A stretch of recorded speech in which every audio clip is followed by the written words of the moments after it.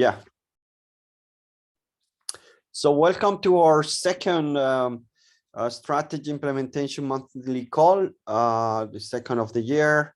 And we're starting, first apologies from Robin.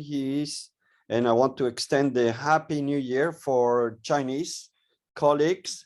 CK, you are joining us, even if it's New Year's in China, so very much appreciate.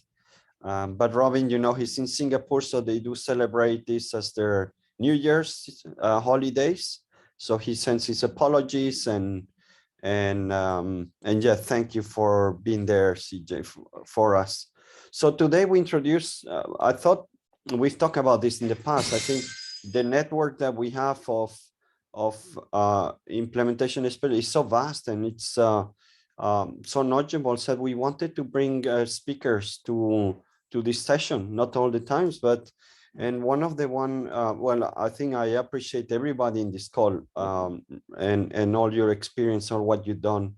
But I worked last year, I think it was with Kasia from Nestle, and I thought, yeah, they are doing quite a lot of work in the area. She was heading the PMO portfolio management globally. Well, Kasia, I'll let you introduce yourself, but I kind of resonated a lot with the work I was doing in GSK as well. So I thought, why don't we bring Kasia in? And she has kindly accepted to share a bit her journey, her views. It has to be, yeah, it's your views, it's not your company, but what you think, what you've learned, what you want to share with us. And so I appreciate that very much to have you here with us today. And also we wanted to touch base with CK on he's become the first fellow of the Institute. So we wanted to hear from him what his journey is and the motivation for doing that. So I have just 2 or 3 slides as introduction, and then I pass it on to Kasia for her presentation. So very much looking forward, and let's keep it interactive as usual, so that it feels like we're contributing everyone. So briefly, we have the 2 guests and speakers. Latest development, we keep growing slowly but steadily, reaching almost the 100 professionals. Last end of the year, we had quite a few new SIP members. Unfortunately, a couple of them failed, so they're retaking the exams, but we're having very interesting discussions with big companies where they are, you know, when you produce something new, then they're a bit hesitant, but there are very good prospects, both in the US and in Europe, about engaging more into a SIP. So we hope that this is going to be the year where we get more recognition. But anyway, we have great people, and it's often more the quality than the quantity. That's something that Robin and I were strong believers. So we want to give a very strong quality here, not just a commodity of certification and course. We have updated the course. One of the biggest changes was to change from financial creation or financial value to value creation. So we think that strategy is not just finance, but more. I think we discussed that. Cash is working in sustainability. So I think this was a very much needed. So that module, financial value, has been renamed as value creation, and it has incorporated new training and so on, new videos that you can find on the members page. Unfortunately, we had to postpone the conference, which was planned at the beginning of March. We'll do that most likely in September, but it's too early to know the dates. We're keen in doing that, but I think it's still, the situation is so uncertain that we thought, let's take a bit of time, let's focus on something else, and then we'll redo it towards the end of the year or second half of the year. And with that, I want to pass it to Kasia. I've seen her speaking in some events, and I thought she would be great to have, and I'm really glad you accepted, Kasia. I know you're super busy. So if do you have any slides you want to share? I can give you. I actually have I don't know. Let me give you. So I will try to share. I will make you co-host quickly. Yeah, Kasia, you have that. Okay, so let me just try now. So you're in Switzerland, Kasia? Yeah, I'm in Switzerland. So I will just give you a little introduction who I am and what I sort of prepare here to share. So let me just confirm that you can see it all. We can see. All right, cool. So I don't know, this one is not really working very well, but okay, we'll do our. Okay, so Kasia Grzybowska, I'm working for Nestle as already Antonio introduced. I'm currently heading the sustainability agenda for Zone Asia, Oceania, and Africa. So we are split within Nestle into 5 zones currently. It is America, the North America, Latin America, Europe, then Asia, Oceania, Africa, and China as a separate zone. So, Zone Asia, Oceania, and Africa is from the geographical span the biggest portion of what we have. And I'm looking after sustainability from the headquarters in Veve across this geography.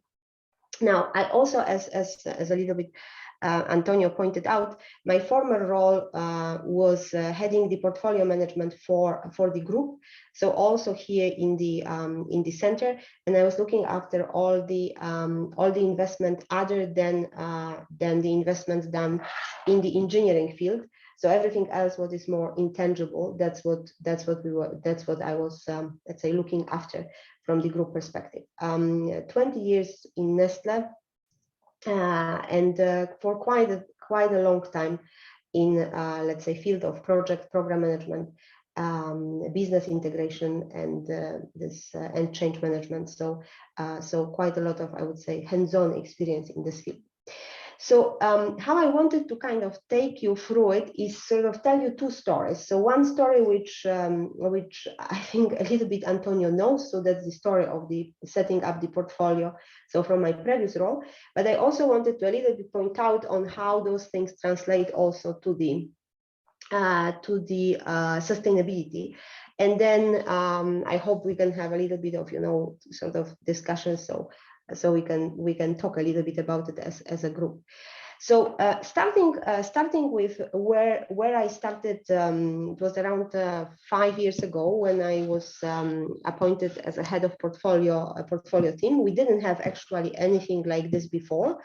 What I was tasked to do was to actually figure out what we do with hundreds of millions of investment, which is happening within the company, but it seems to be very disorganized. So as I took it over, it was like a portfolio which was kind of loaded against this budget on 120% already at the point of planning. There was like thousands of subsequent projects. There was a lot of projects which actually started, but they were not many projects which were finishing within the cycle of the year. And there was hundreds of requirements also coming every year. And what was also interesting was that as you were kind of dividing the projects into phases, you could also see that there was around 90% of projects which were sort of in this phase of conceptualizing, design and build sort of stage, versus the rest of the portfolio, which was the deployment and actually implementation and executing them and completing them at the market level. That was very little portion of everything what was going on within that portfolio. So obviously through this, we also had very bad maturity of the overall, let's say, organizational awareness of the portfolio. And I mean, we were like, considering size of our organization, we were far from where we should be. So it was a little bit scary, but that's where we were, so that's with no, I would say, with no hiding, that's where we were around 5 years ago.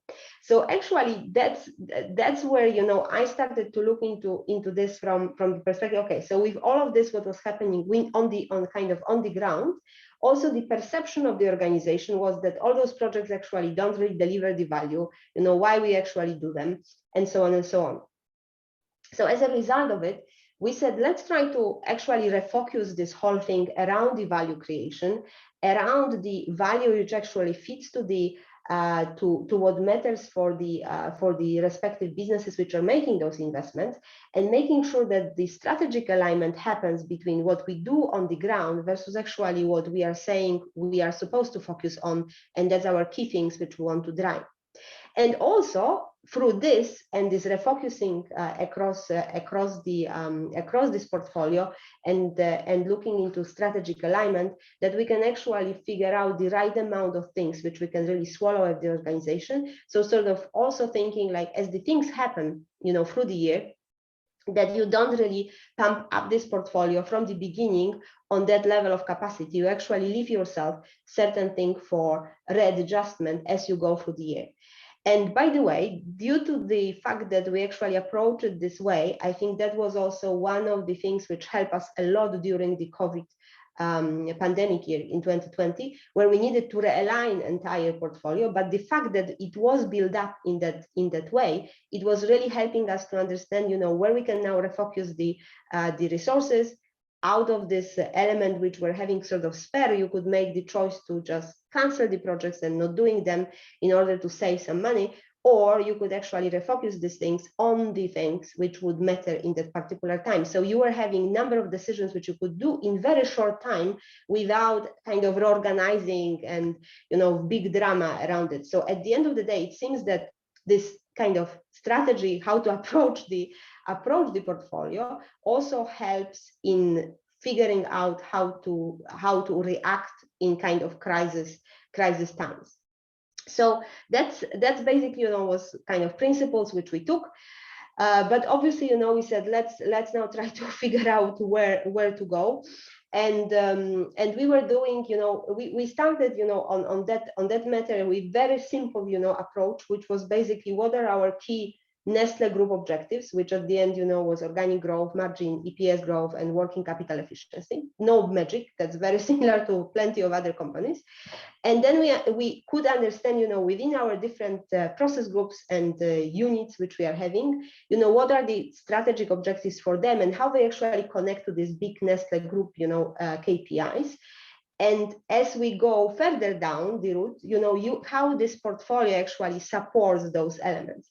And if you are able to kind of build this thread, between your executional project down there to that, big strategy at the, other side of the equation, that's exactly, how you can really drive this strategic alignment, but also how you can then drive perception of value which you are delivering through the portfolio of those projects. As well as because you have this alignment kind of done this way, it helps you to shape it as your business decisions, are happening through the year. So that was our kind of, I don't want to say maybe silver bullet, but almost silver bullet, to make it right. And we used, at that time that was possible. So we used quite a lot of physical elements of explaining this connection and trying, to build this connection between project somewhere there or program somewhere there, and actually how it supports the overall strategy execution. And we use a lot of this kind of, as you could see, here, a lot of work with the physical elements, so we had like projects represented by little stickers with some key information of them. We were able to show, how they link to the core strategy, which is like in the center of this little picture, which you see here.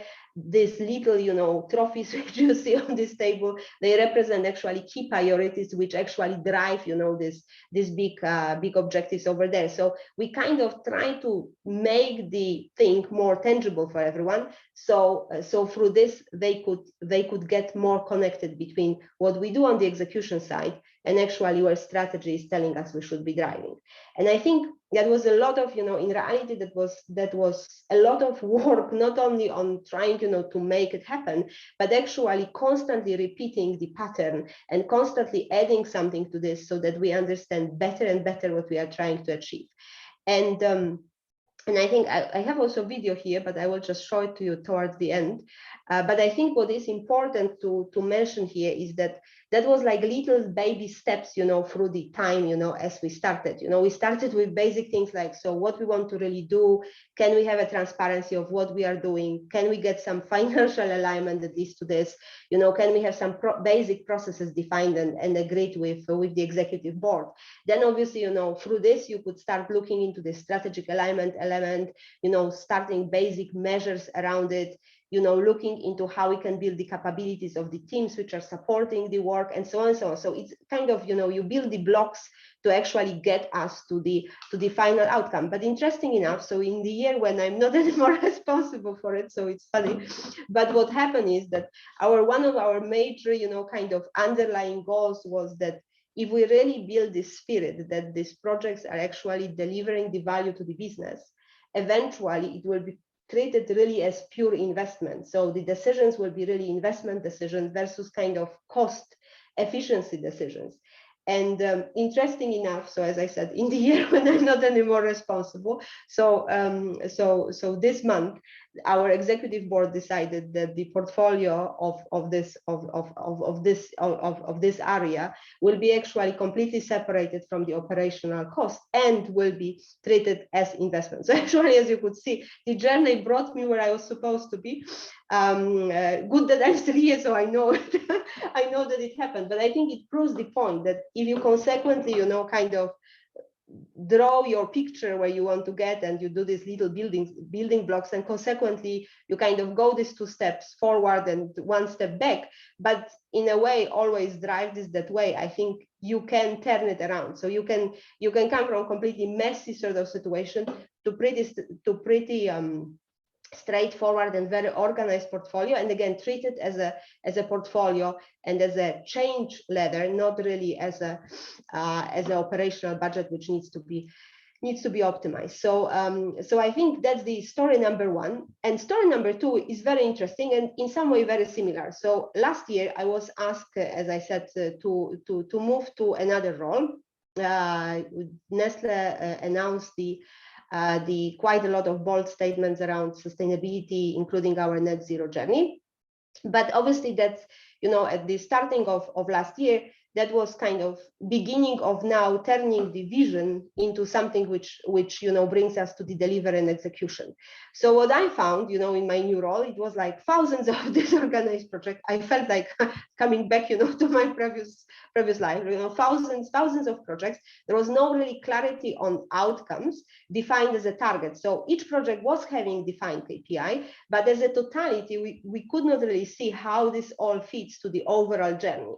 And then because of this, that obviously drive to the outcome that there was no really clarity on where to focus, where are our key priorities for the zone and for our markets which we are responsible for. So there was clearly a gap between, if you like, the vision which was there, which is very strong and very bold, an execution element which actually drives us to make this strategy happen at the end of the day.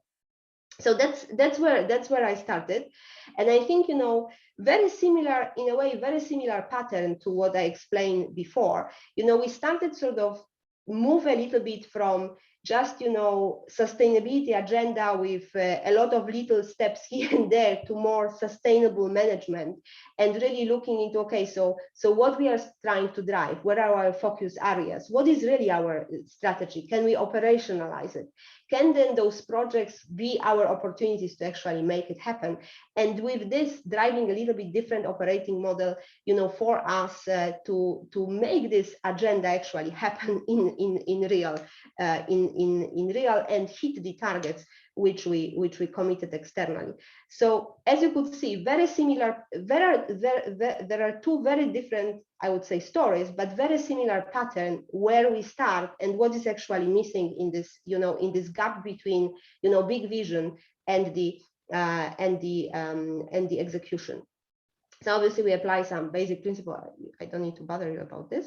But at the end, I think what is important is that we simply, when I'm looking into this, we simply apply very, very basic, in a way, portfolio management framework principles, So at the end of the day, those 2 stories tell the same thing. So they say, when you actually try to do it, you need to start with the strategy, you need to operationalize it, and then you can get to execution plan with the projects. And through this, you are obviously having, portfolio composition as such, which is supported by the governance model.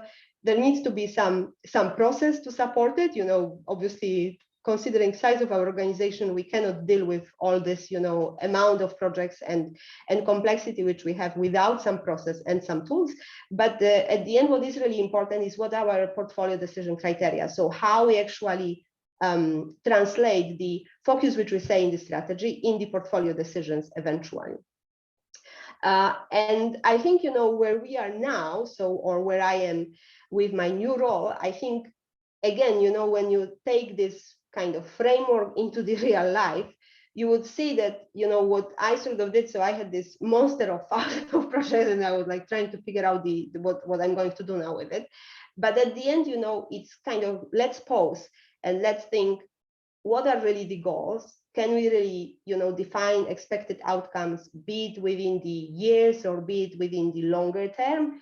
Then try to figure out how those projects, or activities which we are doing fit into this strategy, and then reach the agreement to deliver on those, and then obviously, execute and deliver it, and monitor it in a way, and that it's flexible, because obviously factors may change, new things may happen, you may know more as you go. Because what I also learned with the sustainability is that there is so many unknowns and so many things are changing as we go, that this plan needs to be always, sort of flexible. So we need to remain cautious of the fact that things may change on any of those elements, and you need to adjust it.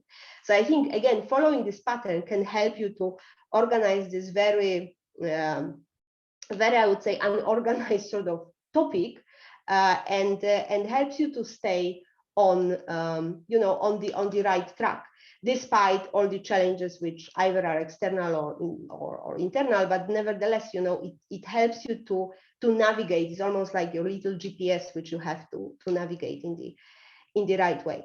So as you could see, two different stories, very similar pattern, and where I see the value of PMO or project and portfolio management practices is when you really apply these frameworks, there is really clear view how we can make strategy happening and executing them towards the strategy. And there is also clear to me that there is a gap between those two. And despite different areas which I touched through my 20 years of career in Nestle, I sort of see it many times, that I think we have very inspiring leaders, with very strong visions, but then we have sort of gap in the organization, and you have another, army of people who are super good in executing things. But actually, where we do have gap, and where we need, specific people or, support, is how you can connect those two words, how you can connect the vision to the execution, which actually makes sense and helps you to deliver on this strategy. Because there, that's where things becoming fluffy because of or gray, because of different reasons, because of the fact that, again, due to the size of our organization, there is the layers of management which needs to translate from one to another and so on. So message may get completely missed. On the other side, this keeping somebody who is sort of keeping an eye that you have this connection between what we execute versus what we strategize is a key, and there is no really function for it. So it's individuals who are sort of holding this together. So again, this is yet another, to me, example of how important is, I would say, PMO skill set, but not as executional skill set which helps you to actually make this translation between strategy as such and the execution on the other end. And I think it's really very much undervalued when it comes to all the skill set, when it comes to what we say, why we need project managers or program managers or PMO specialists or experts, etc., within the organization. I think we very much say, yes, we need to execute well, we should not have surprises on the project execution side, but actually where we really need them, because this part, I strongly believe that with the time and with the right tools, can be semi or fully automated. What cannot be automated is this translation element, which to me is the biggest gap in today's organizations. So yeah, so that would be it. I have a couple more slides where I can talk a little bit about, you know, how we also try to change the mindset, but I think that's good enough for starting the discussion, Antonio. So I don't know if that was exactly what you were expecting. Yeah. But that would be all from my side, kind of talking. No, it's great, Kasia. It's hearing your story, and even you address your past experience in the new experience, which I love. And I think you can relate very much what you did in the past to what you're doing now. So basically saying that every big transformation requires these skills, portfolio, project, program. Yeah. It's great. I love it. I like to open up for questions to Kasia. Let's have about 10 minutes for that. Yeah. So yeah, raise your hand. Let me see if we can see everybody in the picture now. Raise your hand and So I will stop sharing. Maybe that would be. yeah, maybe. Yeah, cool. If you have any comments, I can start, Kasia, briefly. Who put you in that new role? It was you volunteer, or because it No, kind of makes no. sense that I was volunteer, let's call it you this were way. volunteer, but Volunteer. because they knew your skills in this space, right? So No, that was exactly the reason. So that was actually a very funny story in a way, because when I was asked to join this new role, my first reaction was like, but I have nothing, you know, to do with sustainability. I mean, I like the topic as an interest, but I'm not, you know, ESG expert. I don't have this background. So are we really sure that's the right, you know, kind of choice? And I think the answer from senior stakeholders to whom I was, you know, kind of talking with and sort of, you know, putting on the table my doubts about the choice. I think they all said that that's not what they are looking for. They look for somebody who can actually make it happen. And that's where they felt, you know, kind of, I can, because the topic, the idea was like saying, okay, in a way, everyone is new in sustainability and you can learn sustainability as such. I mean, everyone is learning anyway, so you will learn with rest of the organization, but not everyone can actually put an order to make it happen. And I think that's where they've seen the biggest, you know, value me joining this part of this team. So yeah, so I didn't volunteer, I was volunteered, and I doubt in the choice, but they convinced me that they are right, you know. So I don't know, but I count on the decisions, let's call it this way. it's very honest, but it shows that senior leaders appreciate what you bring. So, and your experience for such a big transformation as sustainability. There's a hand raised by Thierry.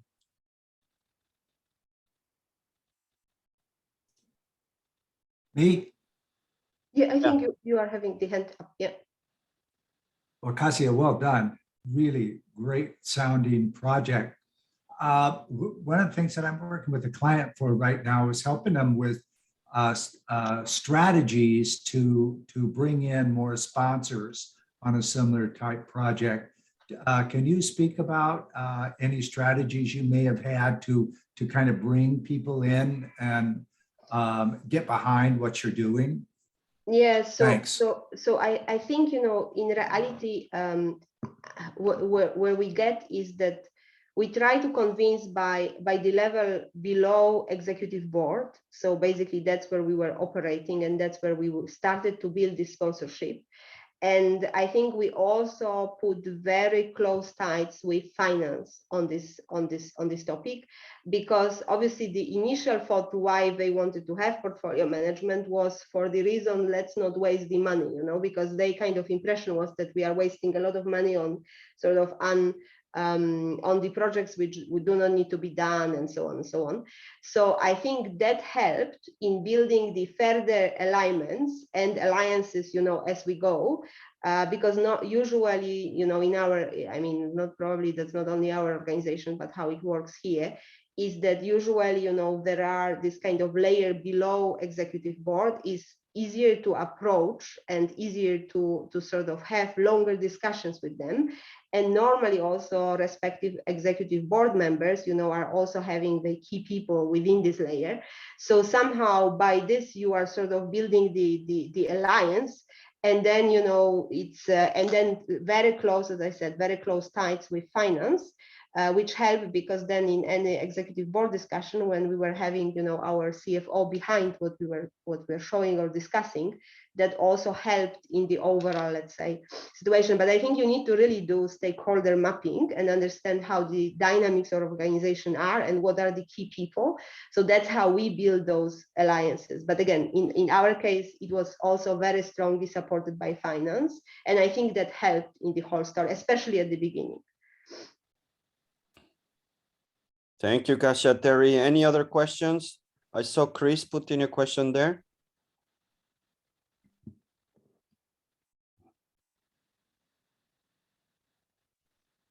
Chris, you're on mute. Yeah, sorry. I think we're seeing a lot of people moving into this sustainability and looking for value there and looking to implement it. And one of the challenges I see is in coming up with the right measures. And we know from, and you would have been through that with the portfolio management, but there hopefully you had a strategy, and the sort of some of those traditional measures are easier to come up with when you've got clear strategic objectives and experience behind them. With sustainability, I think that there's a lot of people who don't really know much in detail about it, and it's quite difficult to you know, you can look at the SDGs and there's huge numbers of measures, different countries, different measures. So I'm just wondering what kind of challenges and how you get around those. So I think that's definitively where we started last year. We were also having similar challenges, you know, how to measure it, how to drive it, and so on. But I think, to your point, the key to this is to agree on the KPIs. You know, better or worse, you know, can be changed through the time, but at least we have some let's say North Star towards which we are heading. So in that sense, we actually define those KPIs. And as a group, and then also we were able to sort of translate them back up to the individual markets, so our business units. And again, for 2022, I'm able now to say that, for example, you know, my market X needs to reduce this amount of carbon through the next year, through this projects which needs to happen for this amount of money. And actually his measurement of success is that he delivers against those outcomes. So in reality, if he will find better way of dealing with it, and it will be cheaper eventually, actually that's okay, you know, it's fine.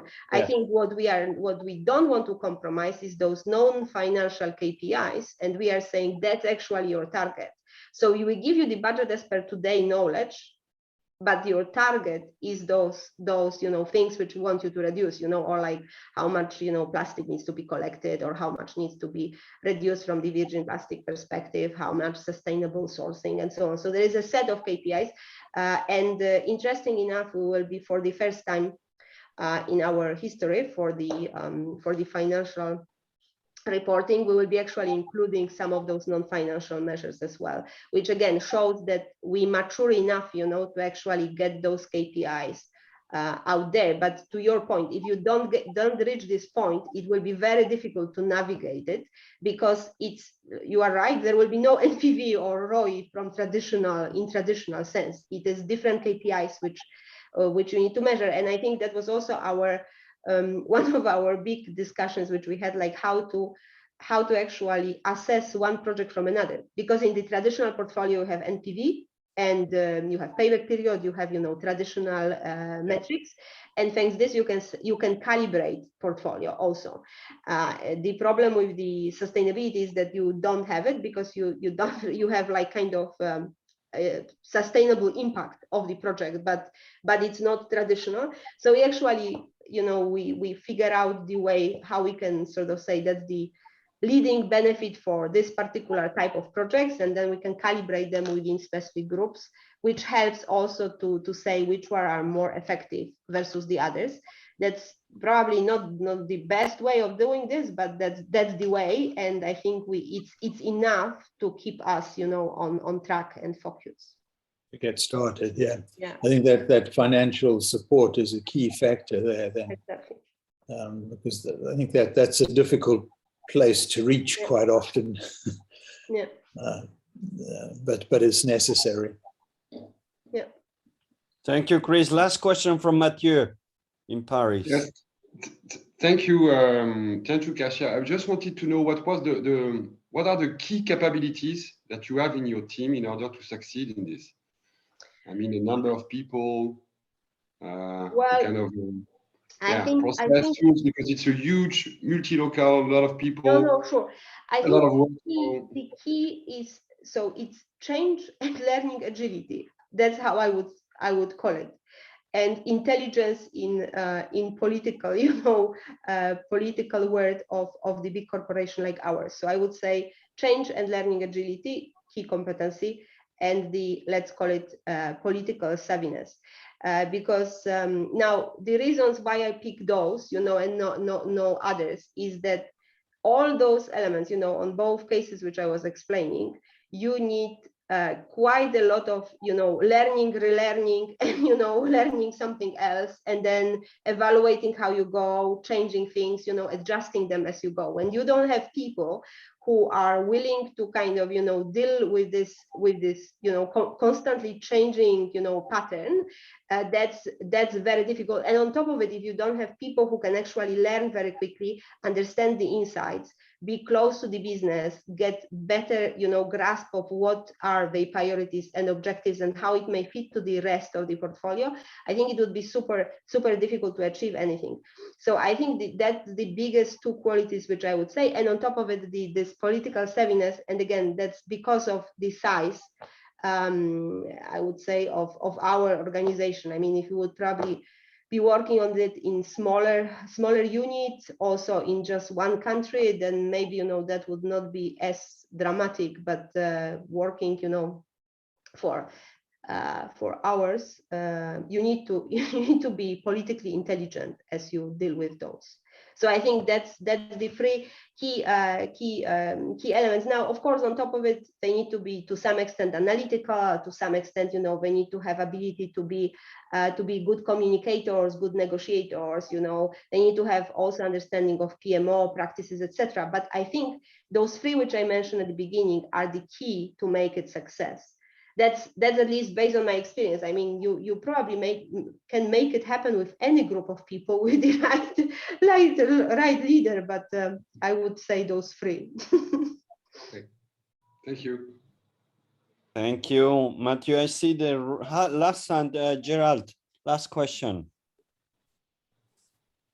Okay, so I'm a little new at this sustainability piece. From the standpoint of, I really want to understand who defines sustainability at Nestle to the point of giving you a target, right?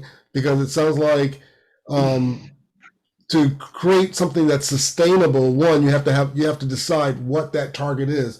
And I can see the concept of sustainability being very different for different organizations, right? So in your environment, what was that? Who defined that, and how did that evolve over time, so that it became clear what sustainability actually meant? Yeah. So I think that's basically part of the company strategy and our net zero journey. So on the net zero journey, you have high level goals, similar to actually financial targets long term. So we have as Nestle financial, sort of aspirations for the next year and couple of years. The same is for sustainability. So we have our aspirational goal to, for example, be net zero by 2050, be 20% less on the carbon footprint by 2025, and so on. So you have those KPIs as part of the strategy on the net zero journey, which Nestle has. Now, what is key is that this is a strategy and great vision. But now I think, you first of all need to understand your baseline. So you basically need to understand where different units which you are responsible for. So in my case, my geography, that I can understand where they are. So what is the baseline in terms of the carbon? What is the baseline in terms of packaging? What is the baseline on various elements of sustainability? And then out of this, you can say, okay, so if we are supposed to get to that point, you know, there is a pattern to go, and you need to take into account various factors. So you need to also understand how certain things, you know, work, that you know, it's not that on sustainability you can just do something and, you know, that happens within the year. Usually, you know, it's a lot of work with the suppliers, which requires time, so it's acceleration period, etc. So taking into account all those different factors, you can build, let's call it, glide path to get you to these milestones, which are defined by the group. And then obviously, again, if you understand the baseline, you are able to figure out what are the targets for you in the zone to get you to this big milestone, but also to your particular markets, because you understand their contributions to the big picture. So I think, you know, at the end, it's very mathematical, para-financial work which needs to happen. It's just that you are not dealing with the P&L lines, you are just dealing with the different numbers, but they are still numbers and they still work in the similar way, if you like. Okay. Great question and great presentation, Kasia. Thank you so much. It's so nice to hear you and to explain what you're doing there. Is really state of the art. So I appreciate your time taking from Nestle to join us. Thank you. Okay, take care, Kasia. And the last part, as important, is we have with us our first fellow. You know, it's something that we want to develop. Robin has spoken about that. We talk about that. So we wanted to have a higher level of accreditation for some individuals who have performed and have amazing experience over years.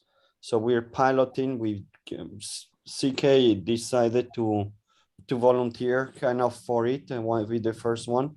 So yeah, CK, do you want to just tell us a bit more about your journey, why you wanted to do the fellowship, and we still have time to tell us a bit about your thesis, which we'll cover in a more extensive call later on, but at least the high level, you are one of the experts in strategy implementation in Southeast Asia. So it's an honor to have you here.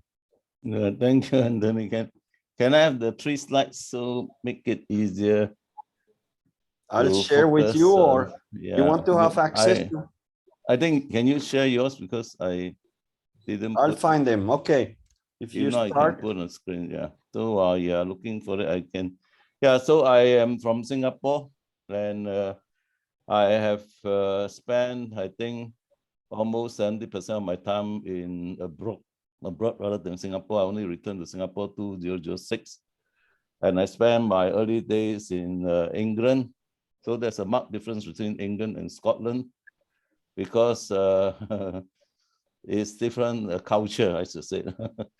So I did my bachelor's and master's at Cranfield, which is, nobody knows where it is. It's a farm. So I always tell people I'm a simple farm boy. So when I got my first job, I worked for my boss who graduated from Cambridge. So he didn't even know where is Cranfield. So I said, you know, between Oxford and Cambridge, you find an equal distance, draw a straight line. There's Cranfield. He said, oh, you mean the College of Aeronautics? I said, yeah. The next question he asked me is, what is your rank in the army? I said, I didn't even serve the army. He said, then cannot be a Singaporean, because all Singaporeans serve army. I said, I'm totally exempted because I'm a scholar. He said, oh, now I can understand. Huh? So to start the whole story, when I graduated as a chartered engineer, I returned back to Singapore for my internship, and they sent me back again. They said, no, you go back and do your master's. I said, why? Because they said, you are a project manager. So I asked my boss, what is a project manager? Because the time in 1981, there's no such thing so popular as PMI, although it's there, but it started in 1969. So he told me, anything we don't do, you do. I said, oh, that's a very good definition. Huh? So which means I must learn very, very fast. So as time goes by, from a very small project of $1 million, so within 3 years, I'm running projects of $14 million, Sing dollars, I should say. And then I was bought up by a Japanese company called Okuma. So I started with, again, 10 million. Then I 10 years later, I achieved $400 million because it's a high-tech company, which is in, we call it smart manufacturing, but those days was called computer integrated manufacturing. So we do turnkey projects. So my first certification is as a chartered engineer. My second is actually as a certified management consultant. But it was only in 2003 that I got my PMP because of a simple reason. All my consultants, I have 80 consultants looking for me to turn over a company called the Cinemas Group in Indonesia, which owned the bank $14 billion and cannot return. So they said, you start with the PMO, Project Management Office, then you migrate to a PGMO, Program Management Office, and then when we actually start to sell away the shares with a very good what you call share price, then we actually run the Portfolio Management Office, and that time was already 2006, which I returned to Singapore. Excuse me, then. So I have my certified management consultant, I have my PMP, and then I say that there's one thing I have to do in Singapore, because when you reach 51 years old, you plan for retirement. If you don't plan for the retirement, you have no job, because I was holding the CEO position. So therefore, I have to think, what should I do for the balance of my life? So I draw a simple diagram. I don't know whether Antonio managed to find, if not, I will look for it. Did you manage to find the 3 diagrams? Yeah, it's coming. Yeah, okay. So if you look at the bridge, so I went to Stanford as well, because yeah, this SIO model come from Stanford in the what I call Stanford Certified Project Manager. They call themselves SCPM. And I fall in love with this model. So when I finished my studies there, the postgraduate diploma, so Professor Leavitt says that, why do you draw the box underneath? I said, because that one is the balance scorecard, which the Harvard, the Capra and Northern has came up with. He said, okay, so explain to me what is the reason behind. So I told him that what I learned in the course is very good. Convert strategy into project, but how to execute the strategy? He cannot answer. So I said, that means something is missing until I, one fine day, I was browsing through in 2016 or maybe 17, if Antonio can verify. It is the Thinker 50. And he was one of the prize winners. So I said, this is a gentleman, I should write to him. And at the same year, I bumped into Robin Speculant, because I finished writing a book called Technopreneurship for Industry 4.0. So we met and he said, there's something we are doing, you know, but I cannot tell you. I said, okay, fine. And I was with Robin again, I think last week, to have tea before we have Chinese New Year. So he told me, actually, that is one of the reasons why between Antonio and Robin, they decided to meet me to consider for the fellowship. So I think it's not easy. It's a lot of hard work, because I don't mind if Anthony let me speak. He rejected my first report and asked me to, his English is very good. I like your report, but you can do better, you know? So that is a very nice way to tell me that my report has been rejected. So I work on it again, and this time I think I got the message. Also, in a nutshell, what I want to tell you is that the missing certification was the SIP. Not because I got my fellowship, but because all these years when I was doing consulting work, after I returned to Singapore, so I don't do very big projects. I used to do up to $14 billion. Then I scaled down to 2.3 billion. Then I'm now 66. By May, I'll be 67. I scaled it further down to less than $100 million, because now I focus on education. That means I'm a trusted advisor to the private universities in this part of the world. And the very recent one, I'm not a trusted advisor of Tsinghua University, but then it's another Thinker 50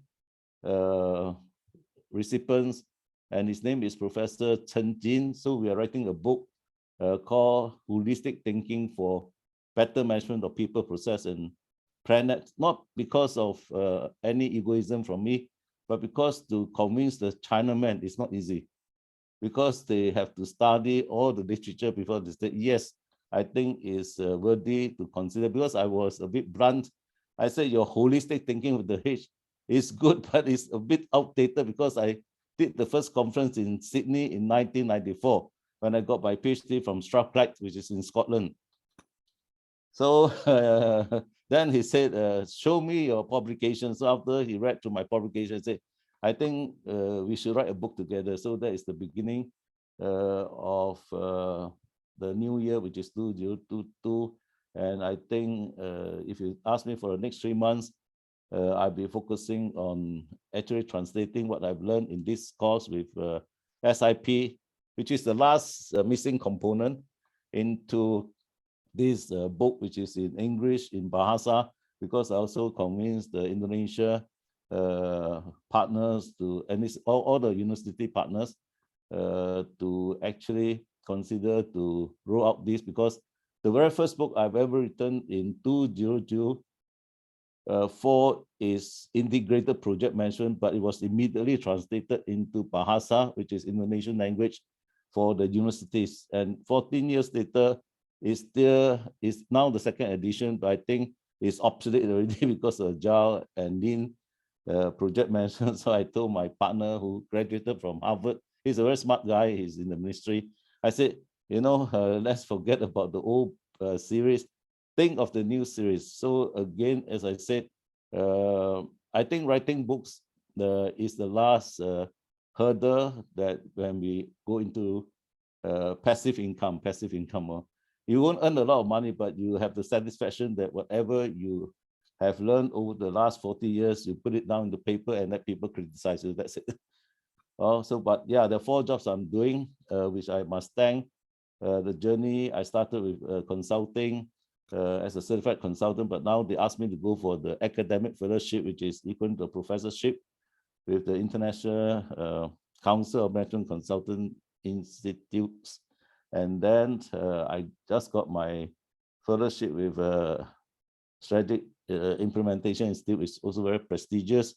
So therefore, as I said, I want to put this model, which is from Business Canvas. It's not written by me, but it must be interface using AI to Project Canvas, which is the Antonio staff. And then it must be interface again, because I knew he has the organization maturity canvas. So I only do the interface part, and eventually to my own, which is the project-based accelerated action learning, which I spent about 30 years, but it's not yet into digital transformation, because everything we learn, if somebody asks me, what have you learned? Oh, I learned strategy is very important to convert into projects, but it's no use. Where is the tool? Are you talking about management leadership, or are you talking about entrepreneurship? Not very sure. So therefore, now you need the people, which is the training process. Is I came up with the 6 A's and the 8 A's, so you can put in, and then you can now plan out the whole integration interface from one to the other. And finally, the planet, which is the digital transformation.